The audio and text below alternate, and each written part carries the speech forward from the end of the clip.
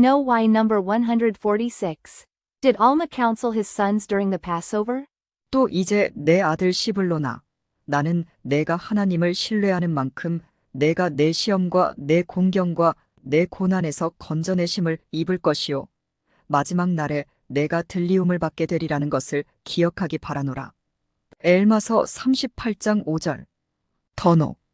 조레민들 가운데서 성역을 마친 후 엘마는 아들들을 한데 모이게 하여 의에 관한 일에 관해 각자에게 맡은 바 책임을 따로 주게 했습니다. 엘마서 35장 16절. 이때 엘마가 아들들에게 한 권고는 유월절과 관련된 고대 유대인의 관습과 관련이 있을 수 있습니다.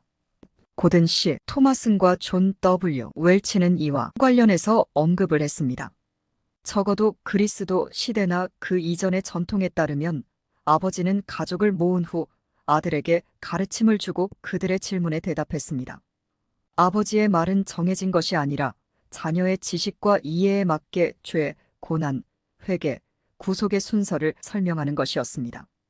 이 특별한 관습이 언제부터 시작되었는지는 알 수 없지만 유월절은 항상 가족들이 모여 어린 양을 먹고 하나님께서 이스라엘을 이집트에서의 속박에서 구원하신 것과 관련된 전통적인 것을 기억하는 중요한 시간으로 기념되어 왔습니다. 또한 학자들은 이 유월절 의식이 초기의 지혜 전통에서 시간이 지남에 따라 발전한 것으로 이해한다는 점에 유의하는 것이 중요합니다. 아들들에 대한 엘마의 권고는 이와 같은 지혜 전통의 초기 변형에서 주제적으로 내려왔을 가능성이 있습니다. 엘마가 세 아들에게 한 말과 유월절 전통 사이의 연관성이 특히 두드러지는 이유는 유대인의 관습에 따르면 질문을 하는 아들이 종종 다른 역할과 캐릭터를 맡았기 때문입니다. 첫 번째는 신명기를 인용하여 질문한 지혜로운 아들이었습니다. 주 우리 하나님이 너희에게 명하신 증거와 율례와 규례와 업도가 무슨 뜻입니까? 내 자녀에게 부지런히 가르치며 집에 앉았을 때에든지 길을 갈 때에든지 누워있을 때에든지 일어날 때에든지 이 말씀을 강론할 것이며 신명기 6장 7절. 엘마의 장남 힐람에는 엘마의 총애를 받거나 지혜로운 아들로 분명히 눈에 띄는데 엘마는 그를 언급하면서 엘마서 37장에서 지혜를 적어도 8번 언급하고 있습니다. 둘째는 출애굽기를 인용하여 묻는 악한 아들이었습니다. 이 예식이 무슨 뜻입니까? 이후에 너희의 자녀가 묻기를 이 예식이 무슨 뜻이냐 하거든. 출애굽기 12장 26절. 유대 문헌에서 이 아들은 사회적 범죄를 저지른 사람으로 묘사되며 공동체에서 스스로를 배제하고 거짓 교리를 믿었던 사람으로 묘사됩니다. 유대인의 관습에 따르면 그는 자신의 죄로 인해 벌을 받게 될 것이라는 말을 이빨을 세우는 방식으로 듣게 됩니다. 분명히 이 설명은 도덕적 범죄로 어려움을 겪고 여러 거짓 교리가 매력적으로 느껴졌던 코리엔톤에게 적절하게 적용됩니다. 마지막으로 셋째 아들은 이것이 어찌 됨입니까? 후일에 내 아들이 내게 묻기를 이것이 어찌 됨이냐 하거든 너는 그에게 이르기를 여호와께서 그 손의 권능으로 우리를 애굽에서 곧 종이 되었던 집에서 인도하여 내실세. 출애굽기 13장 14절라고 묻게 됩니다. 이스라엘의 전통은 이 질문을 한 무지한 아들에게 율법을 가르치고 율법을 어길 위험에서 벗어나도록 예방교육을 해야 한다고 말했습니다. 이러한 맥락에서 엘마는 시블론에게 교만, 과욕, 억제되지 않은 열정, 게으름, 조레민들의 배교적인 관행의 문제에 대해 비공식적으로 경고했습니다.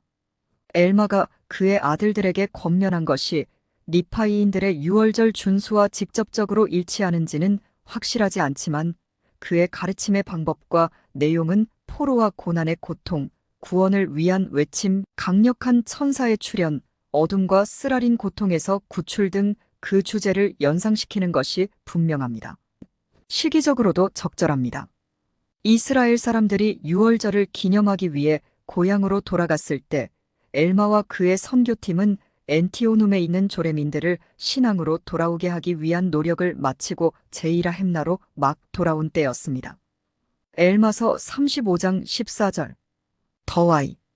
엘마의 설교가 유대인 유월절의 고대 전통과 연결되는 방식은 그가 의로운 조상들의 전통 엘마서 3장 11절을 의식적으로 인식하고 고수하고 있다는 증거를 제공합니다.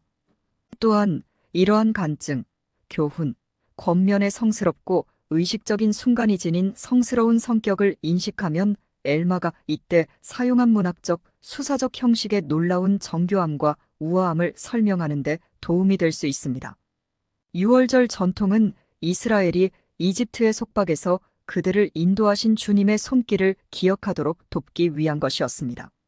마찬가지로 엘마가 아들들에게 한 말은 신성한 것을 기억하라는 권면으로 가득 차 있습니다. 예를 들어 힐라멘에 대한 엘마의 교차대구법식 담화는 우리 조상들의 포로 생활을 기억하여 내가 한 것처럼 행하라. 엘마서 36장 2절은 권고로 정확하게 시작되었고 항상 그들의 포로 생활을 기억하고 29절 있음을 재확인하는 것으로 비슷하게 끝을 맺었습니다.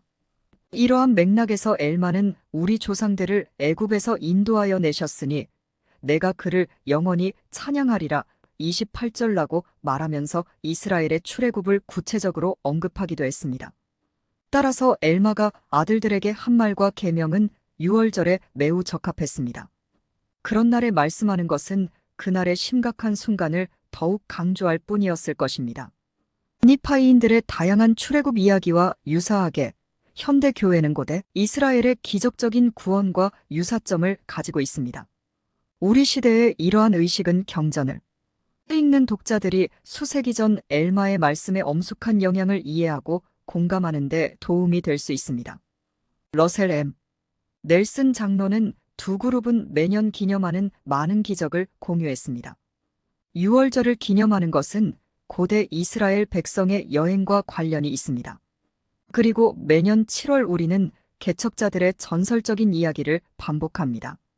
엘마의 아들들처럼 모든 종류의 현대 이스라엘 가문 회원들은 자신의 신성한 구원을 이끄신 주님의 손길을 항상 기억해야 할 의무가 있습니다.